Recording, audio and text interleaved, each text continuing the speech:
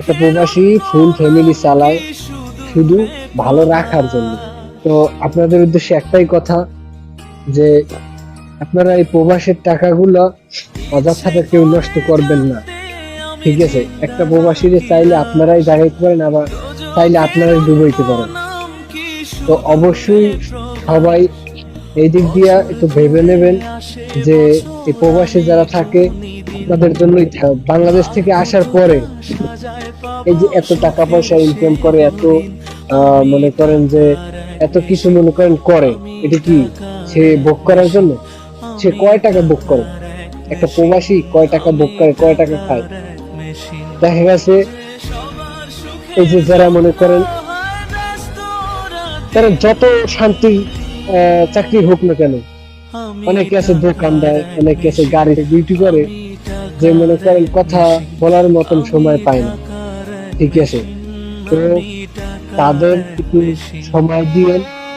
আর বেশি কিছু প্রবাসীরা চায় না, এই যে বললাম যে আপনারা খালি একটু তাদের কেয়ার করবেন সুস্থ সফল ভাবে তাদের।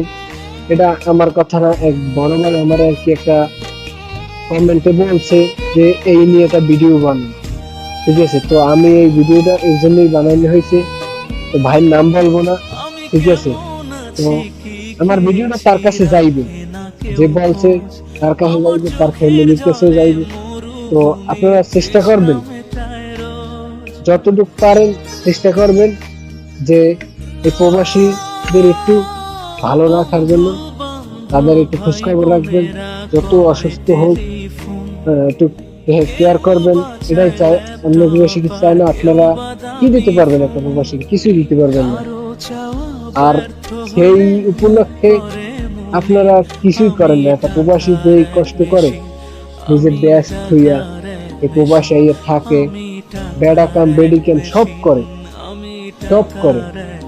ঠিক আছে, অসুস্থ হলে একদিন ডিউটি মিসলে, এই যে আমার এই 4 দিন ধরে এই অবস্থা, একদিন মিসলে ডিউটি, একদিন মিসলে।